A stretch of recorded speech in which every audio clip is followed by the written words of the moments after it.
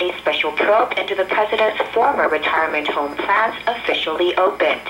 Lee Sang-eun earlier testified that he had lent money to President Lee's son Shi-hyung in the process of purchasing land for the retirement home at Naegok-dong in southern Seoul. Special Prosecutor Lee Kwang-bum's special investigation team managing the case has put an exit ban in place for around 10 people tied to the retirement home project.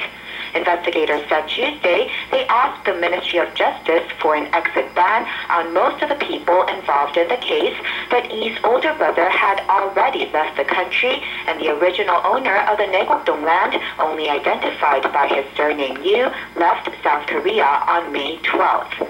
The president's son Shi-hyung, former Presidential Security Service Director Kim In-jong, and other people related to the case are said to be named in the ban. Suspicion is being raised that Lee Sang-eun left Korea a day ahead of the special probe was launched in order to avoid the investigation.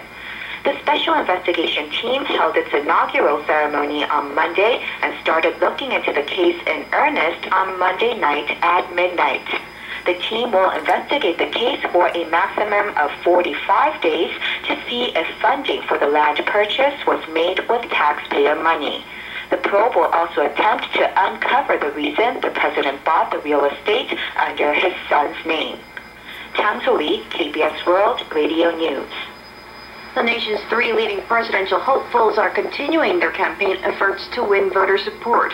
The ruling Saenuri Party's presidential candidate Park Geun-hye stressed in the Asia Future Forum Tuesday that the nation needs a leadership that can boost national integration and help it adapt to rapid international changes. The main opposition Democratic United Party's presidential hopeful Moon Jae-in said in a meeting of the party's election committee that one of the goals of new politics is to create employment opportunities, promising to give hope to the people through job creation.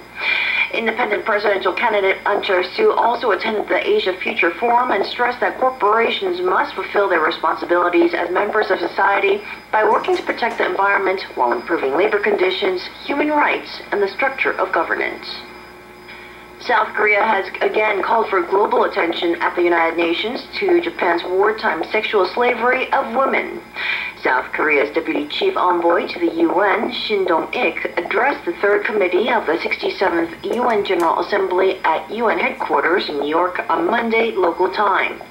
During a discussion on boosting the status of women, he called for global attention to victims who were forced into sexual slavery by the Japanese military during World War II.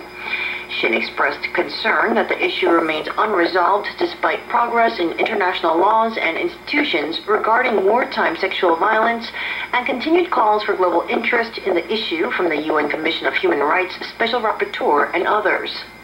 In the meeting, the Japanese government representative apologized for the victimized women, but the official reiterated Tokyo's stance that the redemption of victims' rights was legally resolved, and health services and stipends as an apology were provided through the Asian Women's Fund.